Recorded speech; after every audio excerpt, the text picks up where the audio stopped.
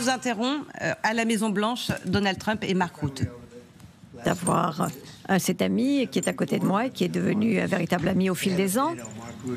Mark Rutte, secrétaire général de l'OTAN, hautement respecté par tous ceux qui le connaissent, mais plus particulièrement par les pays européens qui lui font confiance et il fait un travail extraordinaire. Nous avons eu une très bonne réunion extraordinaire. C'était il y a environ un mois. Avec Marco, et c'était plus important encore que la date du 5 novembre, qui était la date des élections, et c'était vraiment un moment très important. Et une des raisons pour laquelle vous êtes ici aujourd'hui, c'est pour entendre que nous ne sommes pas contents du tout, je ne le suis pas du tout envers la Russie. Nous en discuterons peut-être un autre jour, mais nous sommes extrêmement mécontents avec la Russie, envers la Russie, et nous allons prévoir des tarifs douaniers très sévères si nous n'avons pas d'accord dans les 15 jours, des tarifs de 100% et des droits de douane secondaires. Vous savez ce que cela signifie, mais aujourd'hui nous allons parler d'autre chose. Et comme vous le savez, nous avons dépassé 350 milliards de dollars à peu près pour cette guerre entre la Russie et l'Ukraine, et j'aimerais voir la fin de cette guerre. Ce ne sont pas mes mots, ce n'est pas ma guerre, c'est celle de Biden, et nous voulons qu'elle se termine. Et je suis extrêmement déçu par le président Poutine parce que je pensais que nous aurions un accord il y a 2 mois, mais cela ne semble pas être le cas. Et sur la base de cela, nous allons appliquer des droits de douane secondaires si nous n'avons pas d'accord dans les 15 jours. Et ce seront des droits de 100%. Et c'est la façon dont nous procéderons. J'espère que l'on n'aura pas allé jusque-là. Mais indépendamment de cela, nous faisons les meilleurs équipements militaires au monde, qu'il s'agisse de missiles, et vous l'avez vu récemment en Iran, avec nous avons pu atteindre toutes les cibles. Vous avez pu voir également les hélicoptères tirer une trentaine de bombes, de missiles, et qui ont touché chaque cible, chaque puits, chaque cible. Et sur une échelle de 0 à 10, je dirais que le succès était de 15, pour vous dire à quel point c'était vraiment un succès. C'était une attaque très bien organisée. Et ce que les gens veulent faire depuis 24 ans, vous savez que l'année dernière, on a dit cela fait 24 ans que nous pratiquons cela, peut-être pas eux, mais d'autres personnes avant eux, mais eux aussi. C'est vous qui nous avez laissé faire. Nous avons pratiqué 3 ou 4 fois par an pendant 23, 24 ans, parce qu'ils le font toujours pour empêcher donc l'Iran de faire ce qu'il faisait, à savoir développer l'arme nucléaire et la bombe nucléaire. Nous l'avons fait avec grand succès. Et nous faisons le meilleur équipement, les meilleurs missiles, les meilleures armes. Et les nations européennes le savent. Et nous avons conclu un accord aujourd'hui dans le cadre de nos négociations. Et Marc vous en dira plus. Et nous allons envoyer des armes et ils vont payer pour. Ce ne seront pas les États-Unis qui vont payer. Nous n'achetons rien, mais nous fabriquons et ce sont eux qui vont payer. À notre dernière réunion, il y a un mois, c'était une véritable réussite puisque nous sommes mis d'accord sur 5%, à savoir plus de 3 000 milliards par an. Donc, c'est beaucoup d'argent et ils veulent le faire. Pour nous aussi, c'est important, comme cela l'est pour eux. Cela fait beaucoup d'argent. Et nous ne voulons plus faire ce qui était fait dans le passé, mais nous voulons envoyer ce qu'il y a de mieux à l'OTAN. Et selon la proposition de Marc, nous pourrions peut-être envoyer, l'Allemagne pourrait envoyer des missiles Orion qui seront remplacés. C'est l'OTAN qui remplacera, qui se chargera du remplacement. Ce sera coordonné par l'OTAN. Et ils vont travailler ici avec Max, qui est un grand ambassadeur. Max, merci pour le bon travail d'avance, mais Max, c'est celui qui va s'assurer lui à la coordination. Donc en un mot, nous allons donc envoyer des armes à l'OTAN et l'OTAN les enverra à d'autres pays et nous pourrons donc accélérer les choses sous forme de remplacement également pour d'autres pays. Nous pourrons leur offrir des armes et Marc est un jeune, bien respecté, très respecté. Il est assez jeune pour la carrière qu'il a. Il a eu, avant d'être à l'OTAN, il a eu une carrière extraordinaire. Nous avons passé beaucoup de temps ensemble au cours des 2 derniers mois. Et si vous pouviez dire quelques mots, Marc. Oui, tout à fait, Monsieur le Président. C'est vraiment quelque chose d'important, c'est quelque chose de gros. Vous m'aviez dit que vous aviez pris une décision, et la décision est que vous voulez que nous pouvoir maintenir les livraisons pour permettre à l'Ukraine de se défendre contre l'Ukraine, mais vous voulez que ce soit les Européens qui payent pour, et c'est tout à fait logique. Et ceci capitalise sur le succès extraordinaire du sommet de l'OTAN, les 5%, et les décisions qui ont été prises d'accroître notre production industrielle. Donc sur la base de ceci, c'était donc l'Europe qui a décidé. Et là encore, ce sont les Européens qui vont de l'avant. L'Allemagne va le faire massivement, la Finlande, le Danemark, la Suède, la Norvège. Tous veulent faire partie de cela. C'est simplement la première vague. Il y aura plus. Ce que nous allons faire, nous allons nous assurer d'abord de quels sont les besoins de l'Ukraine.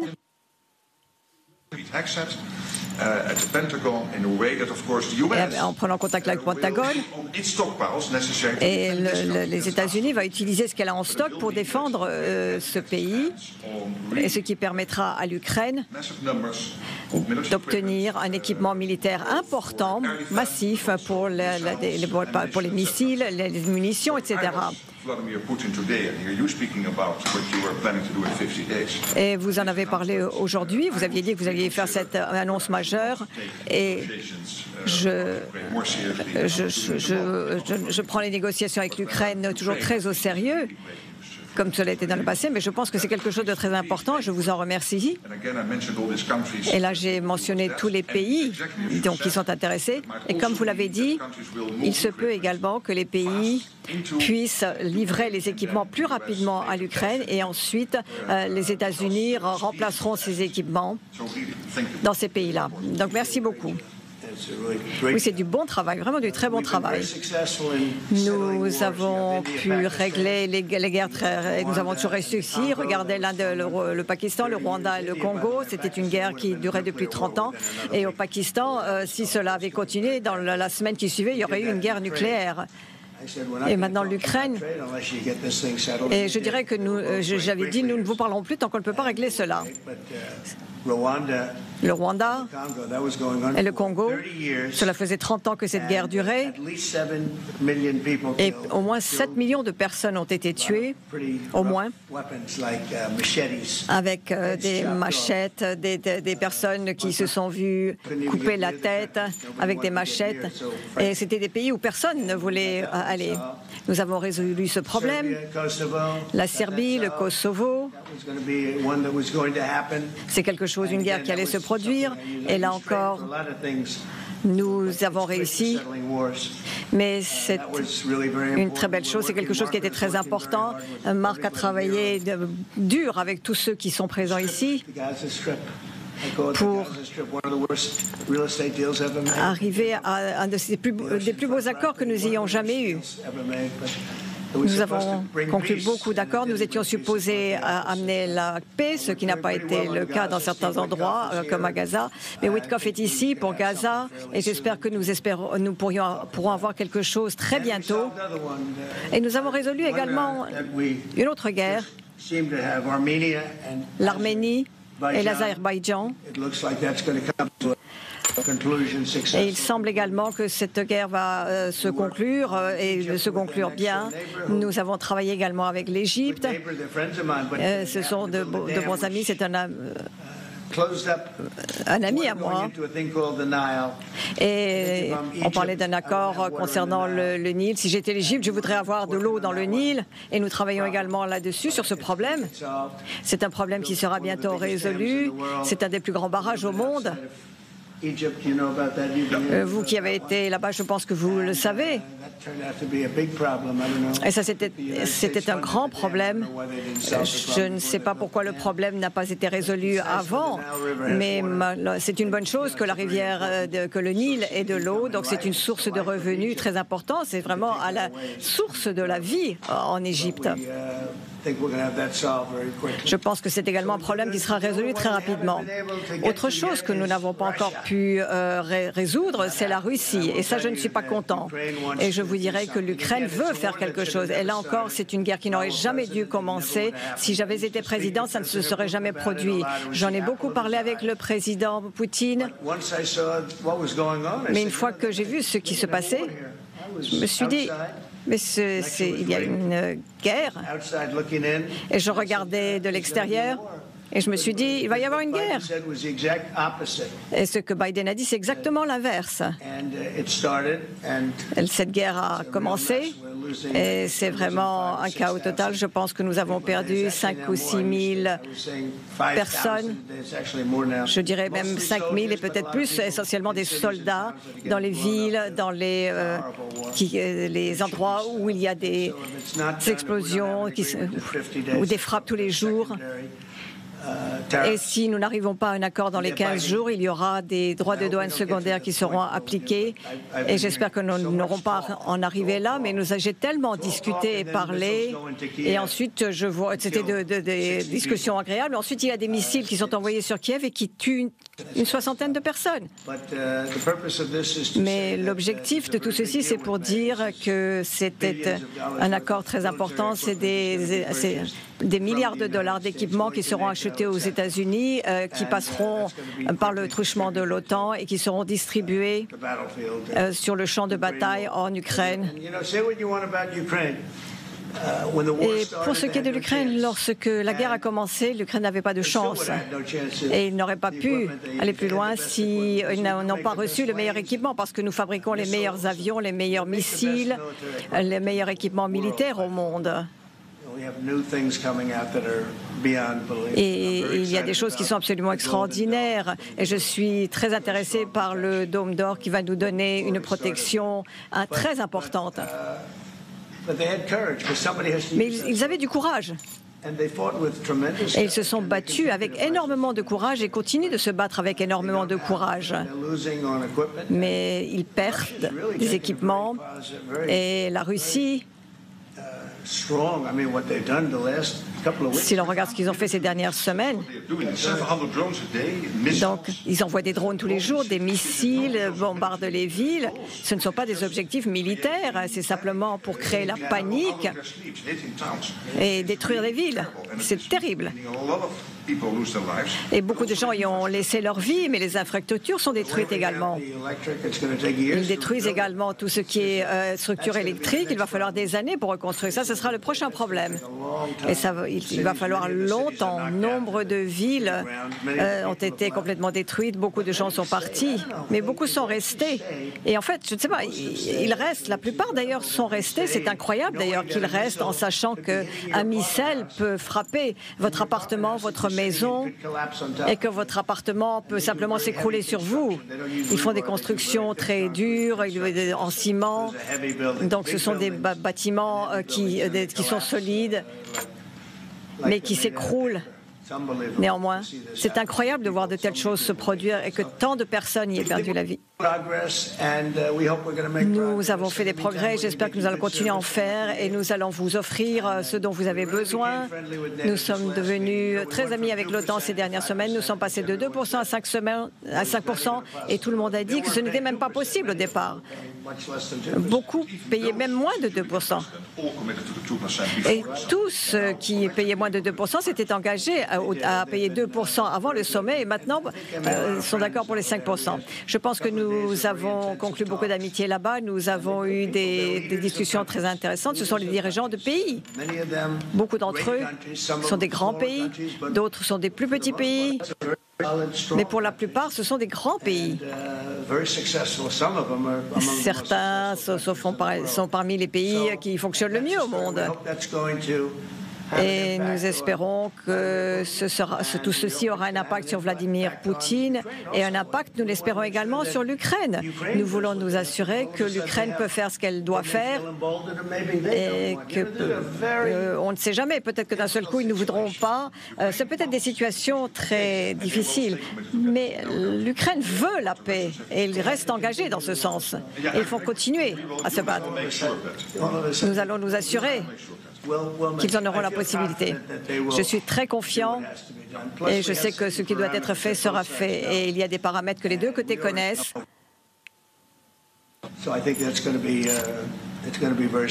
Et je pense que ce sera quelque chose de très bon. Nous voulons une paix qui dure. Est-ce qu'il y a des questions? Quel a été le point de bascule pour vous dans votre conversation avec le président Poutine? Pourquoi est-ce que vous lui donnez encore 15 jours? Ce n'est pas très long. Donc, cela ne fait pas très longtemps. Et là encore, c'est la guerre de Biden, c'est une guerre des démocrates et non pas des républicains ni de Trump. C'est une guerre qui n'aurait jamais dû se produire. Beaucoup de gens ont été tués.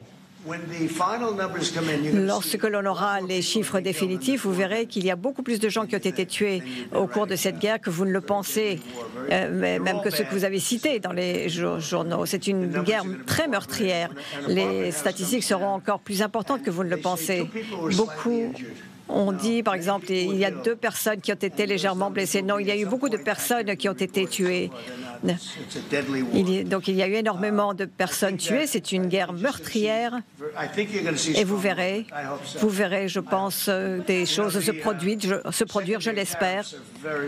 Les droits de douane secondaires sont très, très puissants. Les républicains qui... Pourquoi est-ce que vous appliquez maintenant 100%? Bien, les républicains au Sénat nous donnent le contrôle total au Sénat, mais je ne suis pas sûr que nous en ayons besoin. Mais je pense que c'est bon qu'ils le fassent.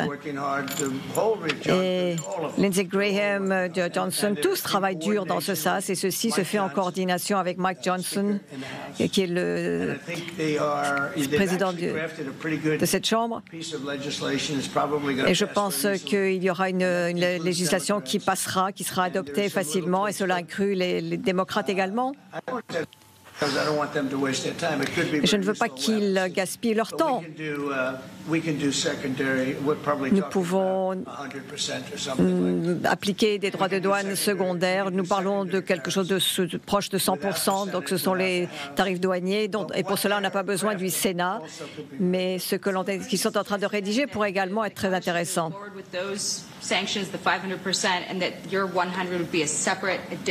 Vous voulez dire que les 100%, ce sera un paquet supplémentaire séparé? Oui, c'est les 5%. Ce serait quelque chose qui viendra après. Mais oui, j'ai les 100%, j'ai prévu les 100%. Je ne sais pas très bien ce qu'ils vont nous donner. Peut-être qu'ils mettront 500, je ne sais pas. Mais ils font du bon travail au Sénat. Et comme vous le savez, le Sénat et la Chambre des représentants travaillent ensemble, et je pense qu'ils vont essayer de faire les choses rapidement. Et nous aurons Johnson qui va venir un petit peu plus tard pour discuter. Il va venir ici. Est-ce que vous pouvez répéter? Est-ce que vous pensez que Vladimir Poutine n'a pas clarifié ses intentions, n'a pas précisé ses intentions pour un accord de paix? Qu'est-ce qui va se passer maintenant dans la prochaine phase?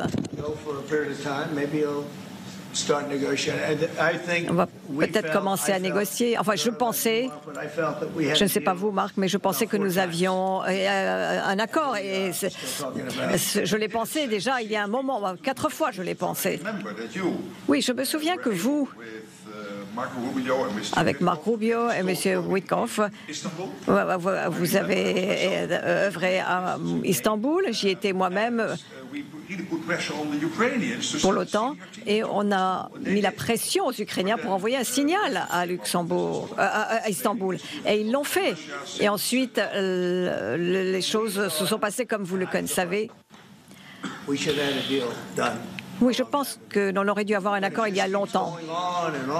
Mais vous voyez, les choses traînent, traînent, et tous les jours, tous les soirs, il y a des gens qui meurent, beaucoup de Russes et beaucoup d'Ukrainiens, mais beaucoup de Russes aussi.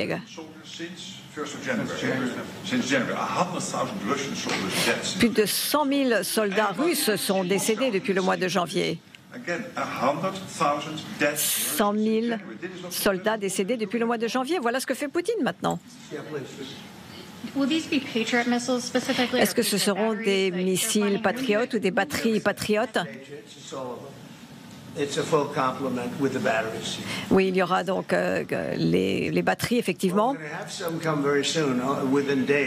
Je pense que il y a quelques pays qui ont des patriotes et qui vont les envoyer en Ukraine. Et nous allons remplacer cela. Et Matt va faire la coordination avec l'OTAN.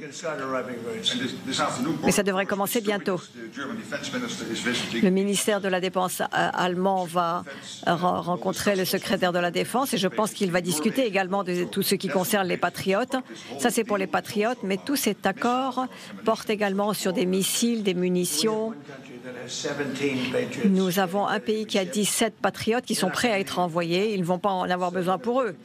Donc nous allons ensuite conclure un accord. Une grosse partie de ces 17 patriotes vont aller à l'Ukraine.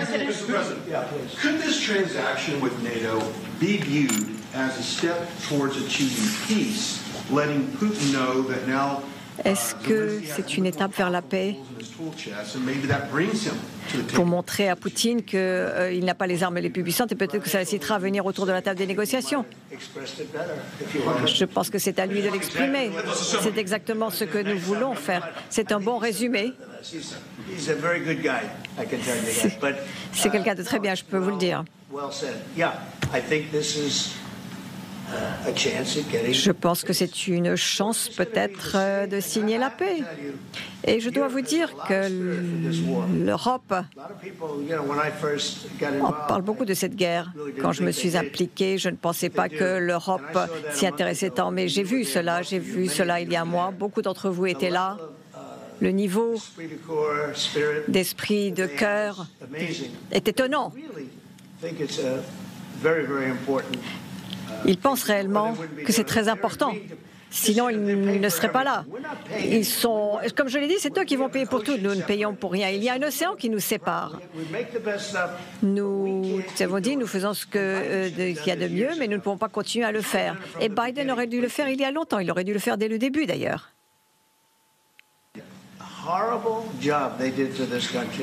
Ils ont fait vraiment du mauvais travail dans ce pays, sans parler de la frontière, de l'inflation. C'était une administration horrible. C'était la pire des administrations, à mon sens. Ce n'est pas d'ailleurs mon avis, c'est l'avis de tout le monde. Et c'est quelque chose qui n'aurait jamais dû se produire. Et nous allons voir si nous pouvons y mettre un terme. Et je voulais dire quelque chose, je l'ai déjà dit avant. Ce n'est pas la guerre de Trump. Nous sommes là pour essayer de la terminer, de régler les choses. Parce que personne ne veut cela. C'est une perte sur tous les plans. C'était Biden et d'autres personnes. Et c'est très triste, c'est une situation très triste. Ce monsieur a fait du très bon travail. Et Matt et d'autres, ils travaillent.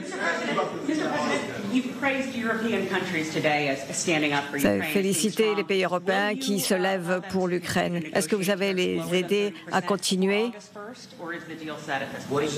avant le 1er août pour avec les 30%? Ah, vous revenez sur les tarifs douaniers, d'accord. Des tarifs, vous voulez dire plus amicaux, plus sympathiques? Non. Une fois que l'on arrive à un accord, mais les accords sont déjà faits, les lettres restent encore à faire.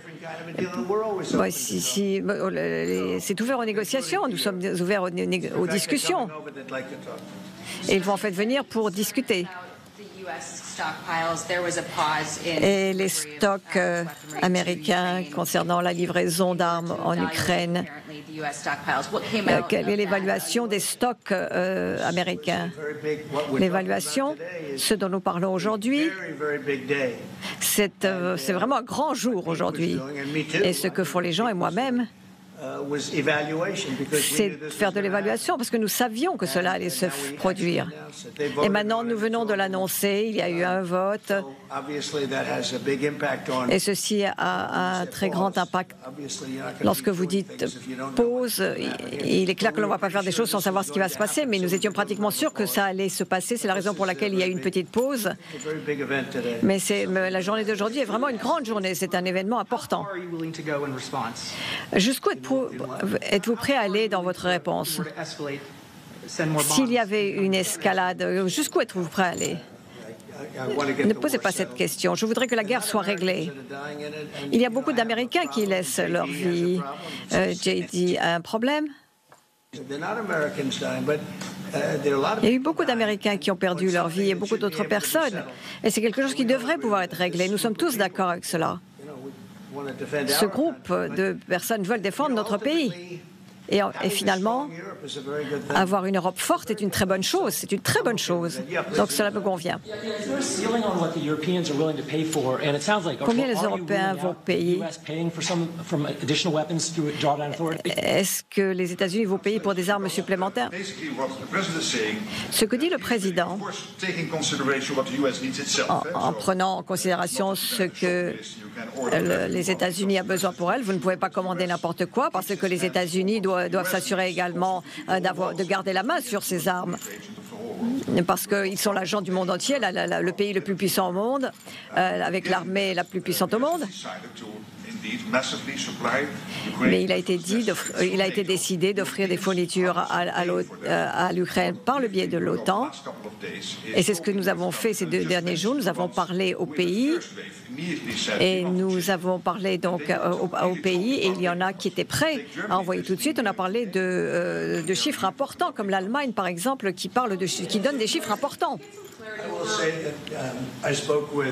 Mais j'étais là, j'ai parlé avec l'Allemagne, j'ai parlé avec la plupart des grands pays qui sont vraiment très enthousiastes. Ils sont prêts à aller très loin, ça je peux vous le dire, pour répondre à votre question. Jusqu'où je pourrais aller, mais eux veulent aller très loin. Ils ne veulent pas que cela puisse se produire. Et du point de vue de Poutine, l'économie de son pays n'est pas en bonne situation et il doit pouvoir également sauver son pays, son économie. Parce que beaucoup de pays ont été détruits comme cela. Et il a un très grand pays. Et n'oublions pas que l'on peut également utiliser les avoirs. Et il y a un potentiel très important. Comment est-ce que vous avez dit cela à Poutine? Bien, je lui ai parlé. Je lui parle beaucoup en lui disant cela. Et je raccroche et je me dis c'était un appel sympathique. Et ensuite, il y a des bombes qui sont envoyées sur Kiev. Et cela, une fois que ça s'est produit 3 ou 4 fois, vous vous dites cette discussion ne voulait rien dire. Mes conversations sont toujours très agréables. Et ensuite, une fois que nous avons raccroché, il envoie des missiles le soir. Et je rentre chez moi, je dis, nous avons parlé avec Vladimir aujourd'hui, nous avons une très bonne conversation, et on me répond, ah, eh bien, il y a encore une autre ville qui vient d'être frappée par les frappes russes. Touché par les frappes russes. Et je ne veux pas dire qu'il est un assassin, mais c'est une personne dure. Il l'a prouvé au fil des ans. Et il a eu beaucoup de gens comme Obama, Bush, Clinton.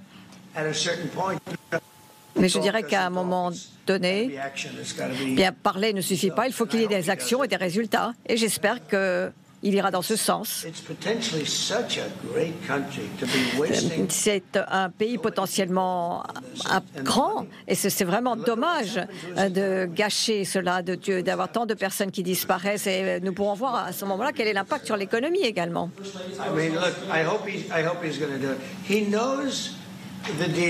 Il connaît il est au courant de cette négociation et que cet accord équitable. Mais de toute façon, il y aura un perdant. Je lui ai dit dès le début, et ça n'aurait pas dû se produire, l'Ukraine, c'était vraiment quelque chose de très important pour lui. Et je lui avais dit, il ne faudra pas que ça se produise. Et il a compris. Et une fois que nous avions fini de discuter, j'ai entendu dire qu'il y avait des soldats aux frontières. Et franchement, c'est dommage. C'est une honte. Donc, le président Trump, pendant le premier rappel téléphonique, vous avez fait exactement ce qu'il fallait faire, parce qu'il fallait le tester. Et je connais Poutine très bien, je l'ai connu à l'époque où j'étais ministre, et vous l'avez fait, vous avez fait très bien. Vous avez essayé de le tester, vous vous êtes retrouvés autour des tables, nous avons tous essayé d'aider. Mais il arrive un moment où on se dit, bon... Donc, il y a eu 4 fois où je me suis dit, on a un accord. Et ensuite, plus rien, parce que des bombes ont frappé l'Ukraine et on s'est dit, bien, il n'y a pas d'accord. Et il fallait recommencer le processus à nouveau. Est-ce que vous pensez que c'est raisonnable de négocier ? C'est une situation incroyable. C'est un pays très riche qui avait du bon équipement. Nous avions le meilleur équipement au monde. Nos sous-marins nucléaires sont tellement puissants que ce sont les armes les plus puissantes jamais fabriquées. Nous avons les meilleurs et les autres pays qui fabriquent de bons équipements ont 25 ans de retard par rapport à nous.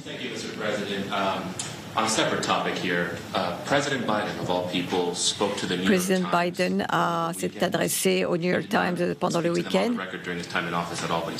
Il ne l'a pas fait pendant son mandat, mais il en a parlé ce week-end et il a défendu sa position. Il a dit qu'il a signé les décisions, mais qu'il n'avait pas toujours approuvé tous les noms. Qu'est-ce que vous pouvez nous dire sur ce plan? L'Autopen, je pense que c'est un des plus grands scandales que nous ayons connus au cours des 50 ou même 100 dernières années. C'est un scandale énorme. Je connais les gens de l'autre côté. Nous avons notre choix.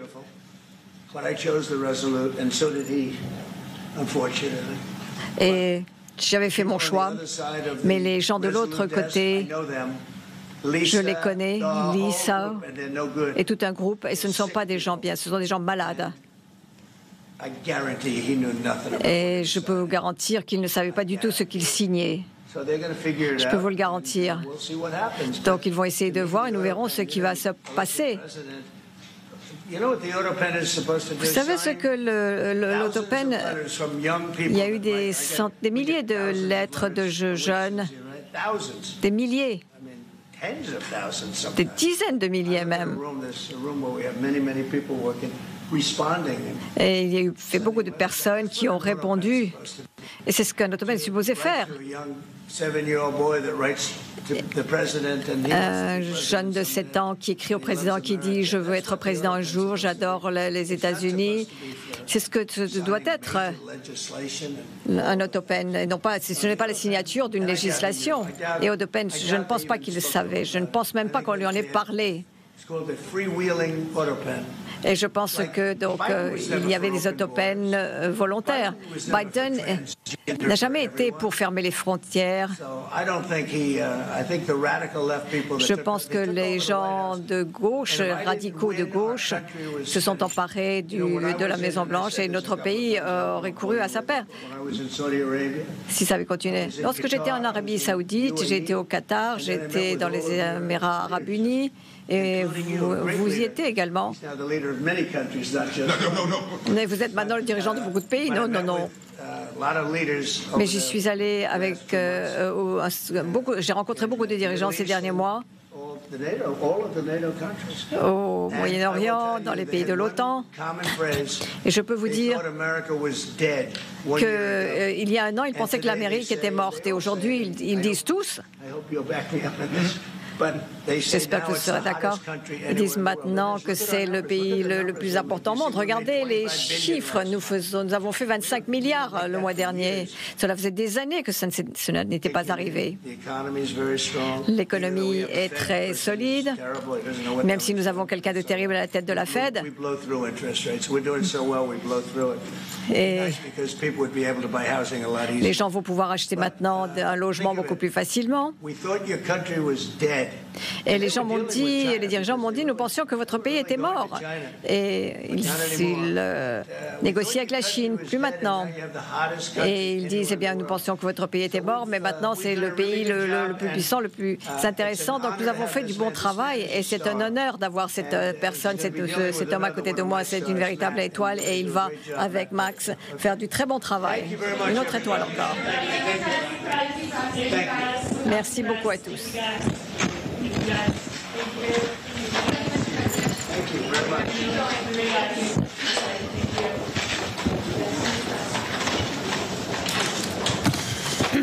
Fin donc de cette conférence de presse conjointe que vous avez suivie en direct sur LCI dans le grand dossier entre Mark Rutte, le secrétaire général de l'OTAN, et Donald Trump, le président américain. Une conférence de presse assez désordonnée, qui a suivi le fil de la pensée, pas toujours évidente, il faut le dire, Magali Barthès, très trumpienne. On va essayer de voir les gros points forts, sachant que tout est parti de ce mécontentement qu'il a de Vladimir Poutine et qu'on attendait une annonce majeure. Finalement, c'était un petit peu les pistes qui étaient évoquées. Deux grosses annonces. D'abord, l'envoi d'armes par l'OTAN pour l'Ukraine, et puis les sanctions. Mais là, on va rentrer dans les détails avec vous, Magali, parce qu'il faut traduire le Donald Trump. Bon, d'abord sur les armes. En effet, Donald Trump confirme la livraison d'armes à l'Ukraine via les pays membres de l'OTAN. Mais il confirme en effet son souhait d'envoyer d'une façon ou d'une autre, notamment des armes, des missiles antimissiles patriotes, des batteries patriotes pour protéger le ciel ukrainien, des munitions, des missiles. Alors, ce qu'il explique, et c'est une façon de parler évidemment à son électorat auquel il avait promis de ne pas dépenser plus d'argent dans cette guerre, il explique que ce ne sont pas les États-Unis qui vont payer, ce sont les pays européens qui vont acheter aux États-Unis des armes qui ensuite vont être livrées à l'Ukraine. Et il y a eu beaucoup de références notamment à l'Allemagne, parce que vous avez Pistorius, qui est le ministre de la Défense allemand, qui est en ce moment même à Washington et qui a fait cette proposition, c'est-à-dire d'acheter, de donner des batteries patriotes que les Allemands ont à disposition à l'Ukraine immédiatement pour pouvoir se défendre, et eux de pouvoir en acheter de nouvelles aux États-Unis. C'est l'un des accords qui est sur la table. Mais en fait, ce qu'essaye de démontrer Donald Trump, notamment dans ce point presse dans le bureau ovale, c'est qu'en fait, les États-Unis vont continuer à faire de très bonnes affaires, en fait, puisque ce sont bien les Européens qui vont financer cette guerre en Ukraine. Alors, l'armement et les sanctions. Et les sanctions, là aussi, c'est une piste qui est sur la table depuis plusieurs mois. Et là, il y a une forme d'ultimatum qui est donné à Vladimir Poutine, c'est-à-dire s'il ne revient pas à la table des négociations, alors dans 20 jours, 50 jours, eh bien alors il y aura des taxes supplémentaires. De 100%. De 100% sur ce qu'on appelle des sanctions secondaires. C'est-à-dire qu'en fait, ils visent les pays comme la Chine et l'Inde qui achètent des hydrocarbures à la Russie et donc qui financent la guerre de Vladimir Poutine. Alors, on va entrer dans le détail avec vous de ces armes et de la façon dont elles vont passer par l'OTAN avant d'arriver jusqu'en Ukraine. Mais d'abord, sur le point de départ, Guillaume Roquette et Renaud Pila, sur le président Trump qui s'est livré aussi à un exercice d'autosatisfaction. On l'a entendu énumérer tous les terrains où il pense qu'il a été bon. Et ce qu'il a dit aussi, c'est sur la nature de son rapport avec Vladimir Poutine. Il a exprimé très clairement devant les journalistes. Ça a changé, il en a eu marre d'être humilié, de se faire balader par le chef du Kremlin. Oui, il en a eu marre, mais c'est une fois de plus avec Trump un grand moment de télévision, parce que à la fois il explique que c'est un personnage, c'est pas un assassin, mais c'est quelqu'un de très dur, et on a l'impression qu'il découvre Poutine. Il a déjà été président des États-Unis. Et il a l'impression de découvrir la stratégie de l'ancien agent du KGB qui ne cédera pas d'un centimètre. Tout le dit, mais par les armes. Depuis 15 jours, il y a les frappes les plus importantes sur les grandes villes ukrainiennes, dont Kiev. On passe il y a un an et demi, à 50 drones par jour, à 500, 600, 700 drones par jour. Donc, il a effectivement eu des échanges téléphoniques avec Poutine ces derniers mois, et Poutine répond par un blitz incroyable. Et il pense qu'il va gagner, Poutine. Il pense qu'il a le temps, contrairement aux démocraties, qu'il a les hommes et qu'il a l'armement, parce qu'il est, lui, vraiment en économie de guerre. Et là, Poutine dit, j'ai pensé 4 fois qu'il y avait un accord, et là, je commence vraiment à m'énerver. Mais il procrastine encore. Vous avez vu dans l'ultimatum, 50 jours. Alors, moi, on est un ou deux sur le plateau à avoir entendu 2 semaines, mais apparemment, c'est 50 jours l'ultimatum sur les sanctions. Les droits de douane à 100%. Droits de douane et les taxes secondaires. Entre parenthèses, les tarifs douaniers 100%, c'est rien, parce que les échanges entre la Russie et les États-Unis, c'est 3,5 milliards de dollars par an. Donc, c'est rien du tout. C'est les tarifs secondaires, effectivement, qui seraient les plus importants. Mais moi, je vois un Donald Trump très naïf et très ennuyé, pour pas dire plus, et rester poli avec cette affaire ukrainienne. Guillaume Roquette. Alors moi, je ne le vois pas du tout comme ça, Donald Trump. Parce que j'ai le sentiment que dans cette conférence de presse, qui est vraiment un moment important, il affirme « je ne lâche pas l'affaire ». Depuis plusieurs jours, il nous disait « Ah, Poutine me déçoit, je ne le comprends pas, il continue la guerre ». Mais on se disait « il y a peut-être de la résignation chez Trump ». Et en fait, non, il ne se résigne pas. Il dit « mais je vais fournir des patriotes aux Ukrainiens, d'autant plus facilement que c'est nous, les Européens, qui allons payer. Oui. Et puis, je menace effectivement de ces sanctions qui sont énormes, parce qu'elles pourraient toucher aussi la Chine. » Donc, c'est vraiment le patron qui est là. Un petit détail, mais moi j'aime bien les détails. Vous avez vu ce décor ? C'est toujours le même. C'est le bureau de la Maison-Blanche. Il y a toujours derrière Trump, Churchill avec sa mine renfrognée, qui veille sur lui avec le buste. Mais on a totalement repeint la cheminée. Elle est pleine de dorures. On est comme à Versailles, là. C'est vraiment un Trump hyper puissant. Un Trump qui est le roi du monde et qui dit, ben voilà, j'ai décidé de m'attaquer à ce problème. Et si Poutine pensait que j'allais abandonner l'affaire, il s'est trompé. On va rejoindre nos envoyés spéciaux à Kiev, Marianne Kotonov avec Éric Josset. Tout à l'heure, avant cette conférence de presse de Donald Trump, vous me disiez, bien ce que les Ukrainiens attendent, ce sont des armes, des armes, des armes. Est-ce qu'à l'issue de cette conférence de presse, il y a matière à espérer pour les Ukrainiens ? Alors oui et non. Oui, bien sûr, les annonces sur les armes, eh bien, c'est de l'espoir pour les Ukrainiens, même s'ils savent qu'ils vont devoir les payer. Mais bon, voilà, ils sont prêts à le faire. Et puis après, il y a les fameux 50 jours. Il n'y a pas encore énormément de réactions sur les chaînes Telegram, sur les réseaux. Mais les réactions qui existent, eh bien, c'est pour dire 50 jours, bon, il peut se passer beaucoup de choses. Et encore une fois, c'est encore beaucoup de paroles, mais rien n'est concret. Combien d'armes, le nombre d'armes, est-ce que ça va être des armes offensives qui pourront aller en profondeur dans le territoire de la Russie, combien de batteries patriotes, combien de missiles. Il y a encore même pas une semaine, Donald Trump disait envoyer des armes pour la défense antiaérienne, et en fait il s'agissait de 10 missiles. 10 missiles antipatriotes, ça permet à l'Ukraine de tenir 15 jours, vu le nombre de drones et de missiles balistiques qui sont envoyés quasiment quotidiennement maintenant depuis plusieurs semaines. Donc en fait les Ukrainiens, oui, sont un peu rassurés, mais en même temps ils connaissent ici Poutine. Ils savent très bien qu'il n'y a rien à en attendre et que Poutine continuera, quoi qu'il arrive, cette guerre. Donc, encore une fois, ils se disent, bah oui, on va attendre 50 jours, 50 jours, et bien en fait, ou encore, eh bien, il va y avoir des attaques massives sur toute l'Ukraine, et pour, à la fin, arriver à quoi ? Parce que,